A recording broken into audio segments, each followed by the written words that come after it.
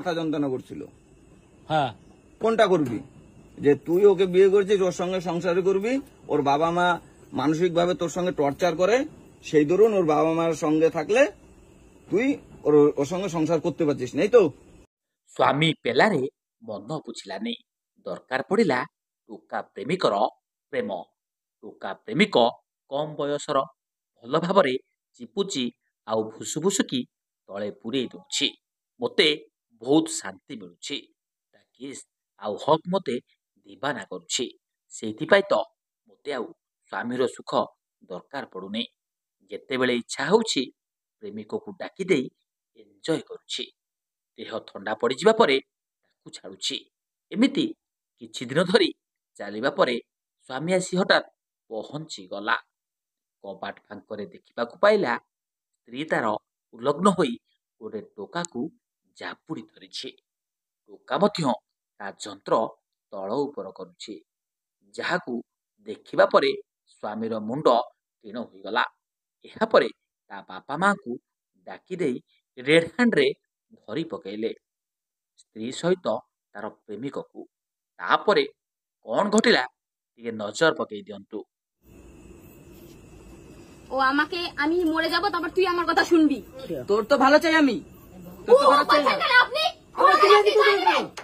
তুমি এদিকে কোথায় যাচ্ছ? আমার এদিকে কথা কইছিস? ফালতু ফালতু কথা বলছিস। মেরো তো কম না। হ্যাঁ, তোর ভাই লোক এরকম শিখিয়েছে? তুই তো অন্য বাড়িতে এরকম করছিস। হ্যাঁ, তাহলে তো দূর দূর করে মেরে ফেলা যেত। তখন কি করতি? চুপচাপ থাক, সবকিছু চুপচাপ শুনে যা। তোরা আমি কিছু কইছি? ওনার কথা আমি শুনতে পারবো না। তোর ভাই লোকের কথা শুনিস নি? আমি তুই করছি, ওনার সঙ্গে পারা যাবে না। তুই তো আমার কথা শুনবি। ଦର୍ଶକ ବନ୍ଧୁ କିଛି ବୁଝିପାରିଲେ ତ? ସ୍ୱାମୀ ଜଣକ ବାହାରେ ରହି କାମ କରନ୍ତି, ଆଉ ଘରେ ବାପା ମାଙ୍କ ସହିତ ସ୍ତ୍ରୀ ରୁହେ। ସ୍ୱାମୀ ଜଣକ ମଝିରେ ମଝିରେ ଘରକୁ ଆସି ଭଲ ମନ୍ଦ ବୁଝି ଦେଇ ପୁଣି ଚାଲିଯାଆନ୍ତି।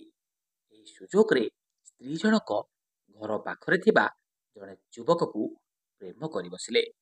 ସ୍ୱାମୀ ନଥିବା ବେଳେ ବୁଢ଼ାବୁଢ଼ୀ ଶୋଇଗଲା ପରେ ନିଜ ବେଡ୍କୁ ପ୍ରେମିକକୁ ଡାକି ଦିଅନ୍ତି, ଆଉ ତା ସହିତ ରାତି ସାରା ଉଲଗ୍ନ ହୋଇ ଶାରୀରିକ ସୁଖରେ ମାତି ଯାଆନ୍ତି।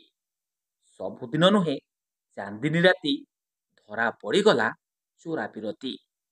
ଆଉ ତାପରେ କଣ ଘଟିଲା ଟିକେ ନଜର ପକେଇ ଦିଅନ୍ତୁ।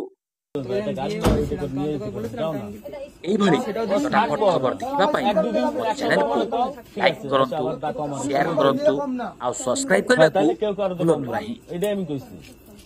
বেরিয়ে আসুক, ও আটকাচ্ছে নি, ক্ষমতা ও ধরছে, ও ধরছে।